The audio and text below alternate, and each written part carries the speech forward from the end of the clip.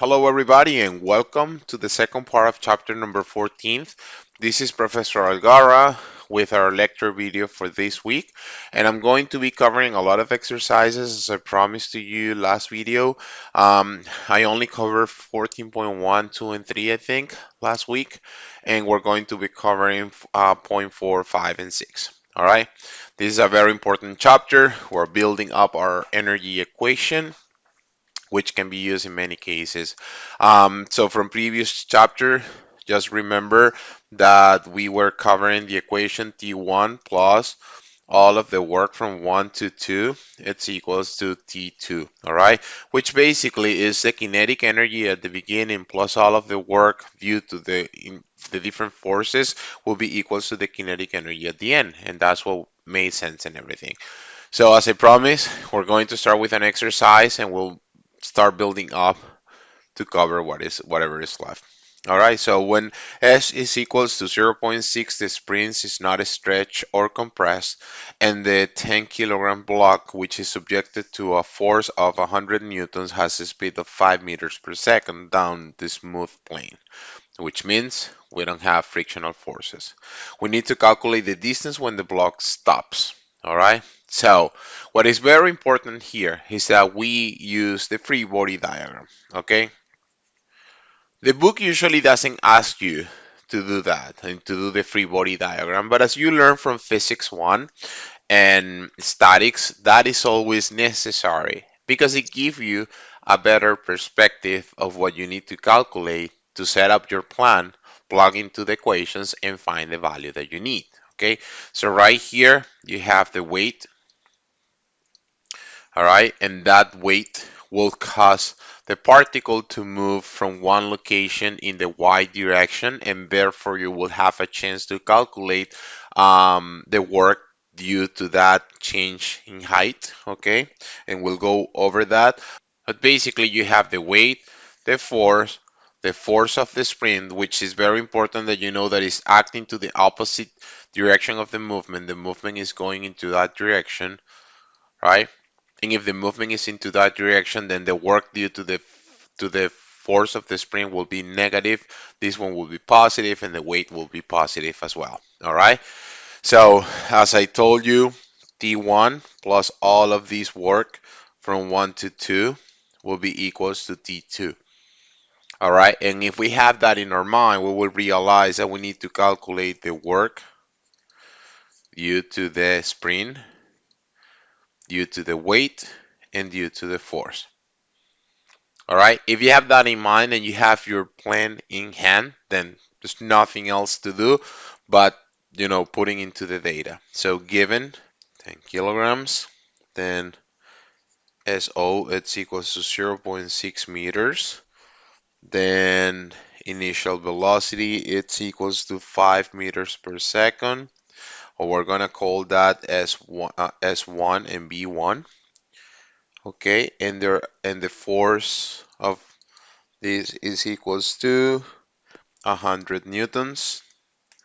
Then they're asking us S2 when B2 it's equals to 0. So right off the bat, they're telling you that T2, as you know, is mass B2 to the square divided by 2. This one right here, it's 0. So when you have T1 plus all of the work, it's equals to T2. Now you know off the bat that T2 will be equals to 0. Okay, and now we need to calculate, the work due. We can go with the force first, which is equals to 100, right? That multiplies the displacement, which is S2 minus 0 0.6. Okay, that's what the force is forcing you to do.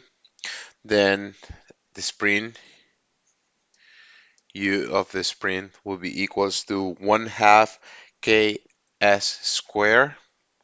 So the K of the spring is 200 and it is stretched from 0 0.6 to S2 and that's divided by 2. This is to the square and don't forget that the spring is negative.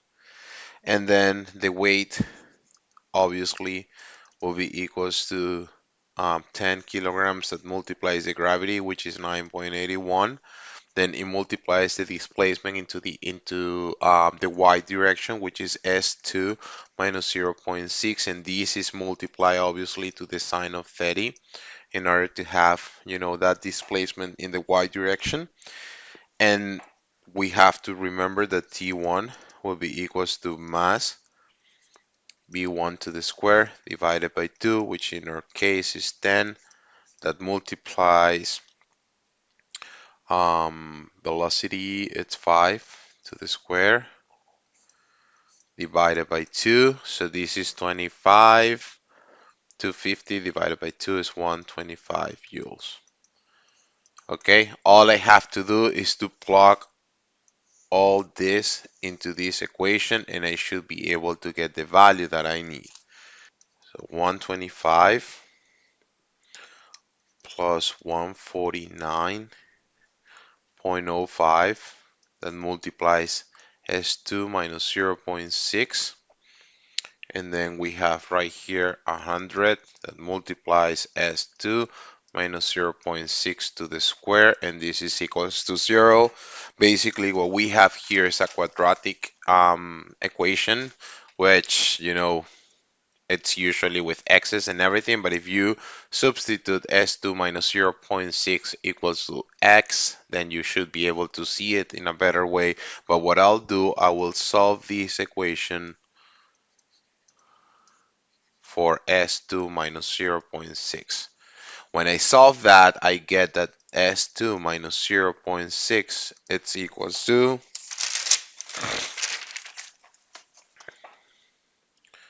2.09, and therefore s2 will be equals to 2.69 meters. And with that, I just solved the exercise.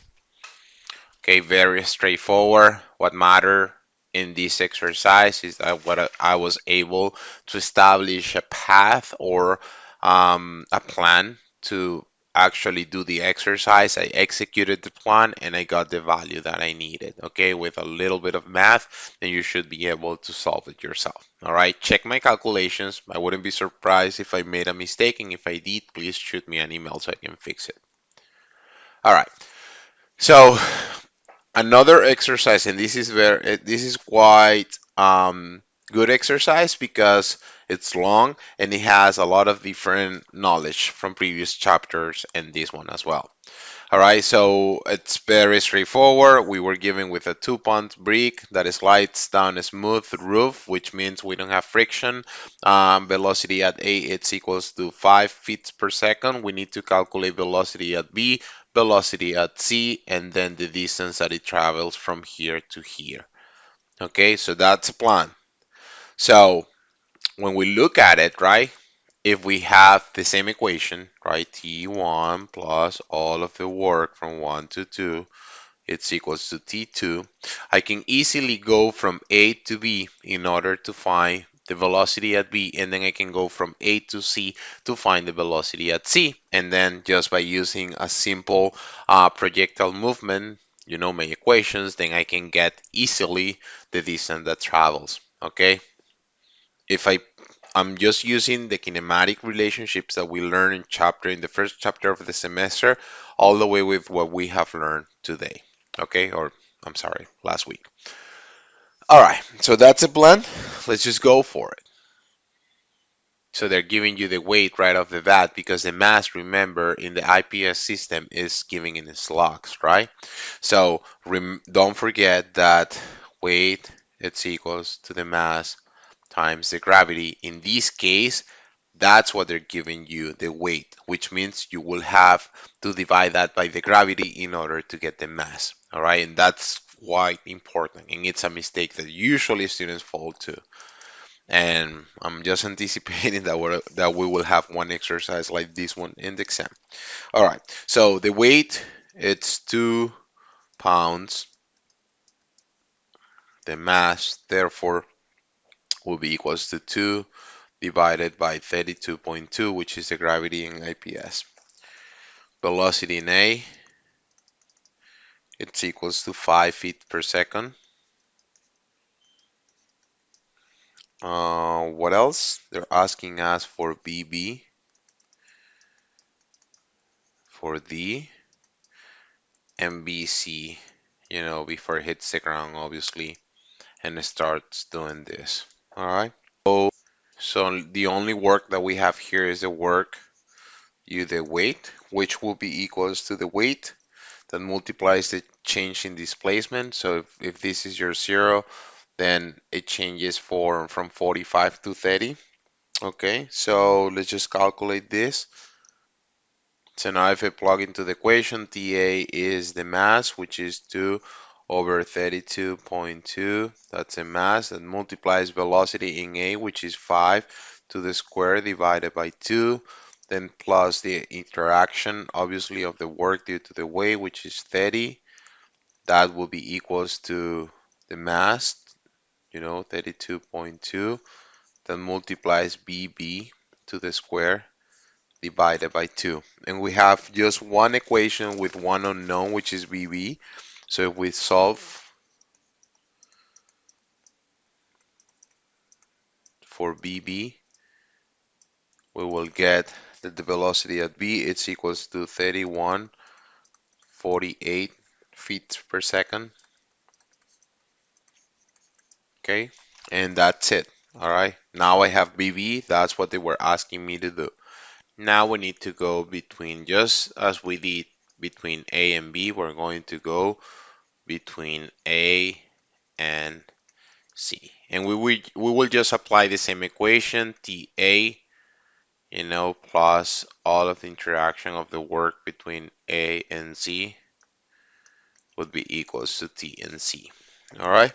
And then with that equation, in our heads, which is, as you know, mass 2 over 32.2, that multiplies BA, which is 5, to the square divided by 2. And then these will be multiplied by the weight. Okay, in this case, the weight is 2. And the whole change is 45 because it's going from here all the way to here. So this that multiplies 45, or 45 minus 0 is 45. And then this is equals to 2 over 32.2 that multiplies BC to the square divided by 2. And if I solve this for BC, then I will get that BC it's equals to 54.1 feet per second. Okay, that's it. I just have found exactly what I needed. Okay, and this is very important because it was easy and simple. I just went between A and B and B and C. So you can, I went from A to B, and from A to C. Okay, you can go from B to C as well, and I can assure you that you will get the exact same results. All right, if you want, you can do it for practice and let me know how it went. But I'm just telling you that you will get the same result. So the only thing for us to calculate now is the distance d. Okay, and this is from physics, right? You have a few equations to calculate projectile motion in x and y. With that, you should be able to find that distance d. Okay, and let's just calculate that with the equations that we know. All right, so the coordinate system was given by the exercise was right here, flush with the wall of the building, and we're going to use horizontal equations in projectile motion. So as you know, x at C it's equals to x at B. I'm just going from here to here, okay, the projectile motion. So it's equals to xb plus velocity at bx, right? Yes, bx.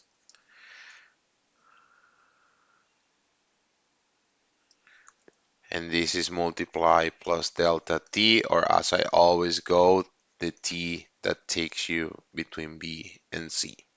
So I already have BB. I just need to find the coordinate that will go along with the x-axis, and you have here similar triangles, so it's very simple. So x and b, it's easy and simple because this is 0, right? Remember, this is your origin, so at b, your x is 0. So if we plug everything into the equation, xc is what we're looking for, and we're gonna call that d. So d, it's equals to 0 plus 3148, which is VB that we calculated. We're going to multiply this by 4 over 5 due to the similar triangles, right? And then this multiply TBC. And this, guys, is my first equation. All right, so I need to get another equation so I can solve the unknowns because I have one equation, two unknowns, and I will just go with vertical motion in projectile movement. And I don't have to go over these equations because you guys did it, you know, you use it a lot in the first chapter. So YF at the end is equals to the one at the beginning plus BOY that multiplies T plus 1/2 acceleration t squared. We're just going to call this with everything we have, which is y at c, it's equals to y at b, okay, plus bob in the y direction, t that multiplies bc, plus 1/2 acceleration tbc to the square, okay? So as you know, y and c, it's going to the ground, so this guy is 0. Y and b is right here, it's 30, right? Everybody knows that.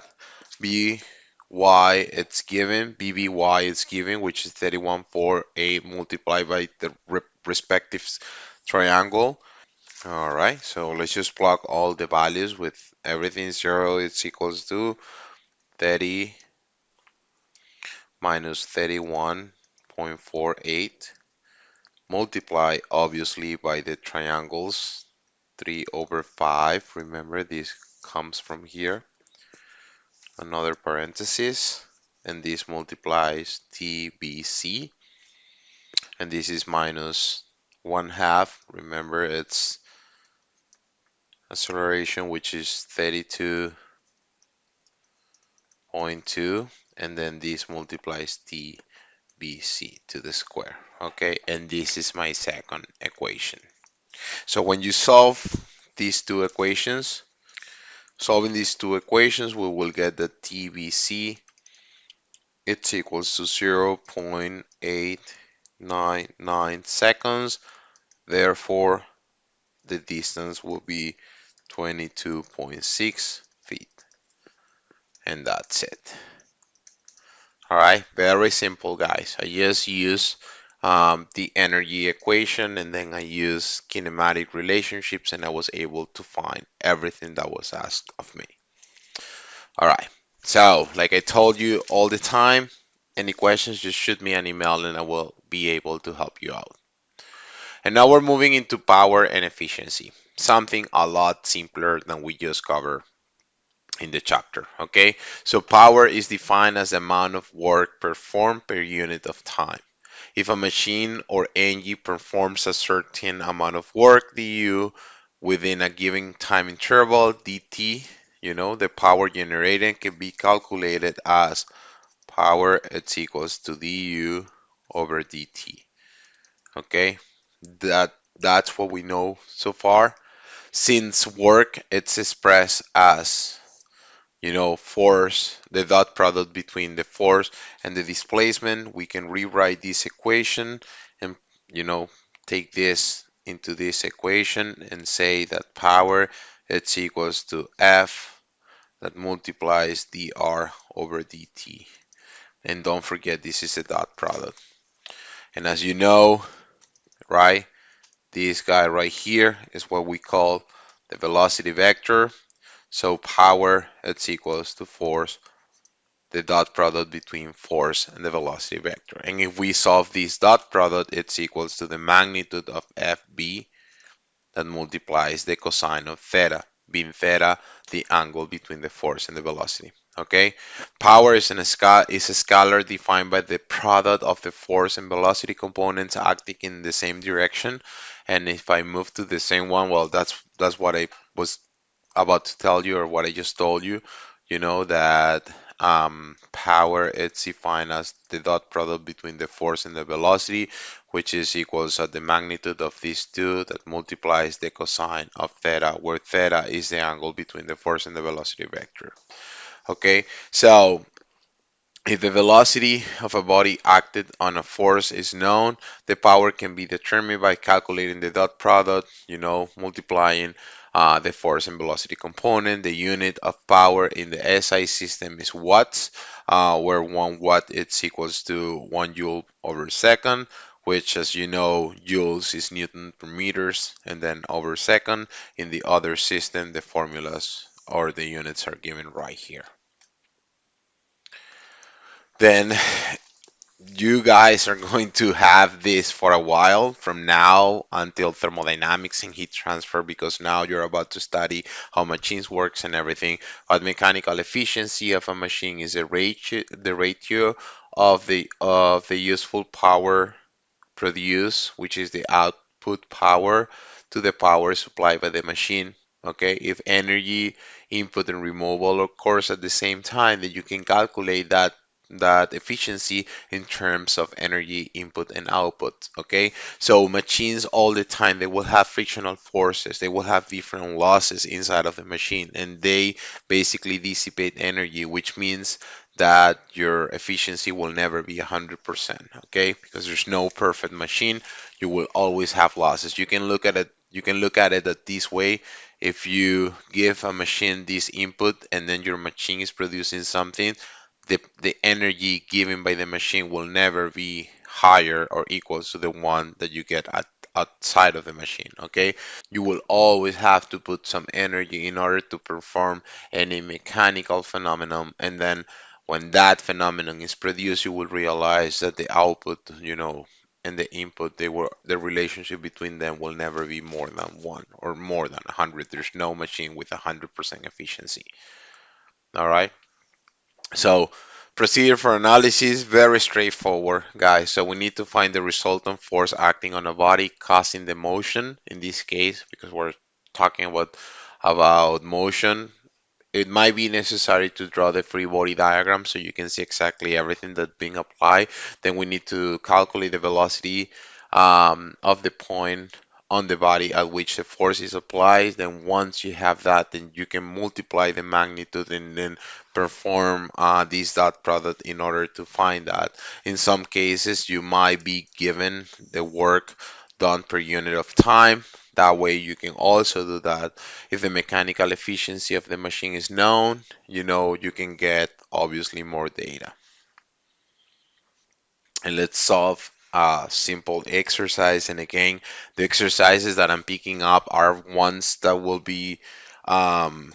have information or procedure from other chapters, because I want to test out the way that you are using all the knowledge that you're getting here in the class. All right. So that's kind of things that you will see on the exam. All right. So giving a 50-kilogram block is hosted by a pulley system and a motor M. The motor has efficiency of zero point 0.8 at this instant, point P. Okay, it's right here, the distance point. So you're given with the velocity and acceleration at that point. You can neglect the mass of the pulley and the cable, and we need to find the power supply to the motor at any instance. So they're asking me the power supply. So let's just write what I have. So given efficiency, right, equals to zero point 0.8. Then they're also telling me that they're giving me data at P. So BP, it's equals to 12 meters per second. Then A at P, it's also given, and this is equals to 6 meters per second square. And also, that's it, right? So if I have efficiency, right, it's equals to the power or the power that I get at the end or out over the power supply to the motor. Okay, so I have the efficiency and they're asking me for this, so which means I need to find that power output first, right?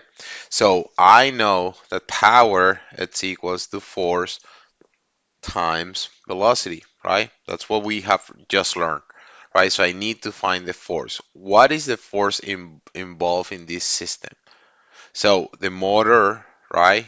You need to find the force that is acting on the motor. That force is the tension of the cable, which is the same throughout the cable. Therefore, I need to find the tension. And that tells me that the first thing I will need will be a free body diagram on the part, right? Or right here at A. So if I need a free body diagram at A, I know that it has a weight, and then right here it has a pulley that basically this is 2T, right? Because I have T here and T here. So therefore I have 2T going up. And then if I do a sum of forces equals to MA, I will get the 2T minus weight, it's equals to mass of A that multiplies AA. So I need to find AA.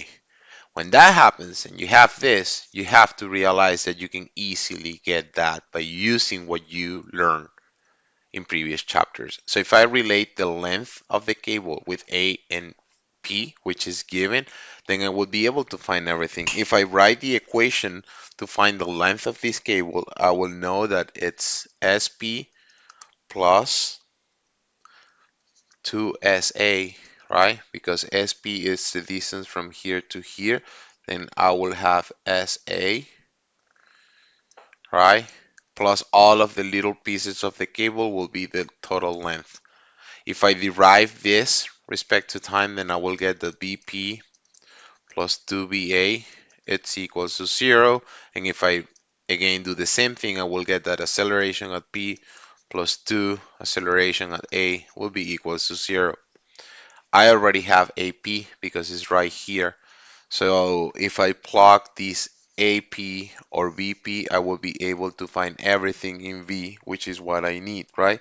So if I do that, I will get that AP 6 plus 2 AA, it's equals to 0. AA, it's equals to negative 3 meters per second square, or I will just call it 3 meters per second square going up. All right. And why is that? Right here, it's giving us a 6 going down. I got a negative value, which means it's going the other way. So now that I have that, I can easily just plug the values into this equation and find what I need. So then you come with 2t minus 50 and multiplies 9.8. It's equals to 50 and multiplies 3, and this is from the sum of forces equals to MA, as you know, right? So if I solve for T, I get that T is equals to 320.3 newtons, okay? So now that I have this, I can come into the motor and then find the power output. So power output is equals to force times velocity, right? The force is the tension, which is 320.3 that multiplies the velocity, and the velocity is right here given, which is 12, and that will give me a value of 3844 watts. And now, as I'm executing my plan, efficiency it's equal to PO over PI, or power output over power input. So PI it's equals to 3844 over 0.8, and this is equals to for 804 watts. And that's it. I just solved the exercise, and with that, I'm able to move on. So, guys, I use a lot of different things here. As you know, I use the length of the cable in order to find the relationship. Without it, you would not be able to solve this exercise. So, it's very important that you realize that up to this point, you will be using a lot of information from previous chapters. And as we move down the chapters, you will have and you will be required to use what you have learned until that point of time. All right. And we're down to conservative force. So we're basically arriving to the end of the chapter. So force F is said to be conservative if the work done is independent of the path followed by the force acting of the part on a particle as it moved from A to B. This also means that the work done by a force in a closed path, from A to B and then back to A is zero. Okay, the work done by a conservative force depends only on the positions of the particle and is independent of the velocity of or acceleration. So the best way to look at this, for example, when you have somewhere when we have friction, right, and the particle is moving thanks to friction, right, from A to B, what matters to us it's to calculate that force that is incrementing as you're moving from S1 to S2. So when that happens, then your work is dependent on the path. But when you are, for example, talking about the weight, right? The weight is only it only matters because of the positions. So when you have a position A and a position B, that's all that matters, independent of the path. Okay, so if you have something that goes like this, right, you're only concerned about this position and this position in the y direction in order to calculate the weight, for example, right? And the same thing happens when we're talking about springs. Potential energy is a measure of the amount of work a conservative force will do when a body changes position. In general, for any conservative force system, we can define the potential function as a function of the position.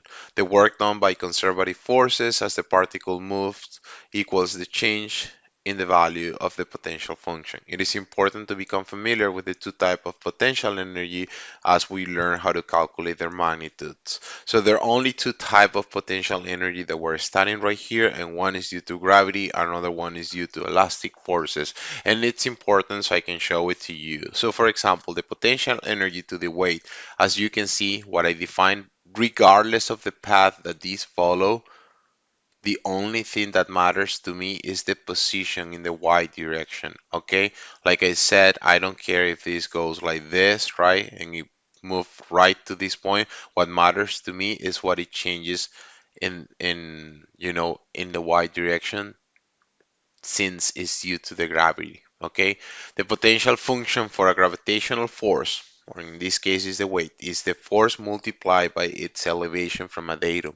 The datum can be defined at a convenient location, and that's perfectly up to you. Bg is positive if the y direction, so Bg, right, that potential energy is positive if the y if the y or the distance is above the datum, like as you can see in this case, and it'll be negative if it's below the datum. Remember, you get to set the datum at your convenience. And obviously, I'm not expecting you to do that right now. As you're learning with more exercises, you will see that you can place the datum as your convenience, just as we did before when we were calculating kinetic energy or the projectile motion. Then, when it comes to potential energy due to elastic forces, this is very important because people usually get confused. So, the force of an elastic spring is equals to Ks, right?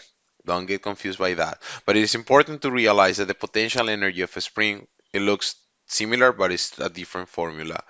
The potential energy due to the spring is calculated by the following formula, which is 1/2 of K that multiplies S2. K is the constant of the spring or the elastic, and then S2 will be, as you can see here, how much it is stretched from on a stretch position. So right here, as you can see here, it is stretched from here to here, something equal S. You take that S and you plug it into that equation and you will get this. But it's very important because unlike the other times where we were calculating, when it's compressed and you take the minus s and you plug that into the equation, now that you are elevating that minus s to the square, this PE will always be positive. Okay, regardless of the movement of the, and you have to listen to me. So, regardless of the movement of the spring, your potential energy will always be positive. And the reason why is because it's elevated, the displacement of the spring is elevated to the square, which means it will always be positive. Okay. And this brings us to conservation of energy. When a particle is acted upon by a system of conservative forces, just conservative forces, we don't have anything else, then the kinetic energy and potential energy remains constant. In other words, as the particle moves, kinetic energy is converted into potential energy and vice versa. Okay, that principle is called the principle of conservation of energy, and it is expressed with the following equation. So when you have a system, and you have to remember this, when you have a system in which you only have conservative forces, then this is the equation that you got to use. Because the other ones, there will not be any other work done by a system because you only have conservative forces. And these forces, they do not do work, okay? And just remember that these ones refers to your initial position or your initial state, and the second will be the other one, but they always remain constant. The sum of both of them will be the same value. Okay? And just remember, just recalling this, that T is calculated as 1/2 mass times velocity. All right. So let's go with our final exercise, for the lecture, and it's been quite a large one, but I hope this helps you a lot. So a 4 kilogram collar C has a velocity of 2 meters per second at A. Then the spring constant is 4 newtons per meter.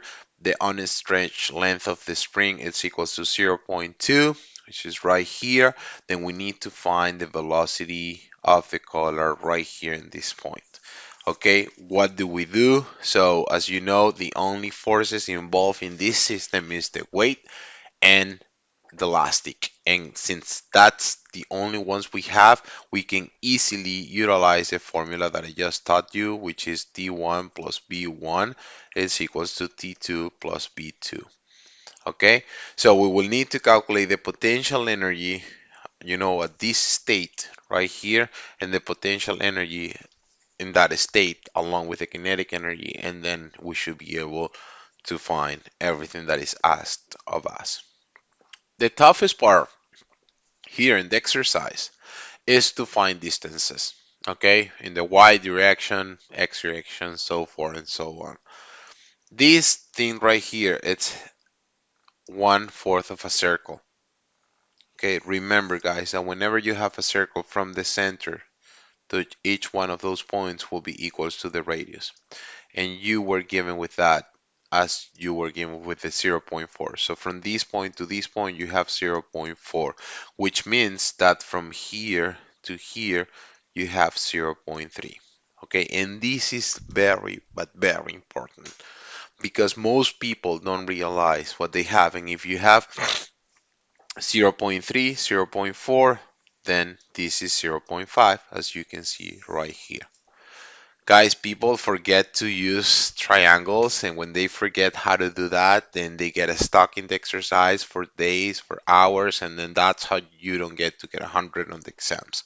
All right, so it's very important that you use math to your convenience so you can get exactly what you need. So like I told you, TA plus BA, it's equals to TB plus BB. All right, and then BA, or potential energy at A, it's equals to the potential energy at A due to gravity plus the potential energy at A due to the elastic. The one at A, it's 0 because that's where your datum is. And then this one, it's calculated as 1/2 of KS2. So if I plug into the values, I have 400, which I think is the K, yeah, 400.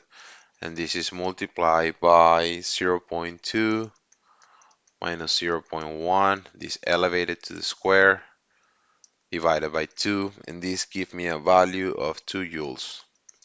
And then I just go ahead and calculate TA, which is 1/2 of the mass, which is 4, multiplied by the velocity, which is given, and that's 2 to the square divided by 2, and these give me a value of 8 joules. Okay, so far so good. Now I need to do the same thing for B, and that's at 8, right? So now I'll do the same thing at B. So at B, I have that BB, it's equals to BB due to the gravity plus BB due to the elastic, right? In this case, it's not 0, but what I need to know is that the gravity obviously will be negative. So in this case, it's minus 4 that multiplies 9.81, and then this multiply also the change between this and this, which, as you know, is 0.4, as I explained it before, okay? And that's just for gravity, and then 1/2 of the K, which is 400, that multiplies the difference on a stretch, which is 0.5 minus 0.2. That's going to the square, and that gives me a value of 2.33 joules. All right, then the only thing that is for me to calculate will be TB, sorry. All right, I can plug everything into the equation. Don't forget TA plus BA, it's equals to TB plus BB. Okay, so TA and BA, it's 8 plus 2, and then TB, it's equals to the mass that multiplies BB to the square divided by 2 plus potential energy of B, which is 2.32. If I solve for BB, or velocity, I will get that BB it's equals to 1.96 meters per second. And that gives me the value that I was looking for. All right, very simple and easy. All right, what matters here is that you are organized with your results. Like I told you at the beginning, that you have a plan, you execute the plan, and you complete the plan. If you have that in your head for any dynamics problem, this should be easy. Well, not easy, but at least doable. All right. So with that, guys, we conclude chapter number 14. I will make sure to add some other videos on Blackboard along with more documentation so you can reinforce everything that we have just covered. It's very important that you read the book, and then if you have questions, it's very important that you reach out to me so we can meet on Zoom. I'm always at the college anyways, in case you want to stop by. All right, that's it for this video. I will see you in the next one. Thank you so much for watching.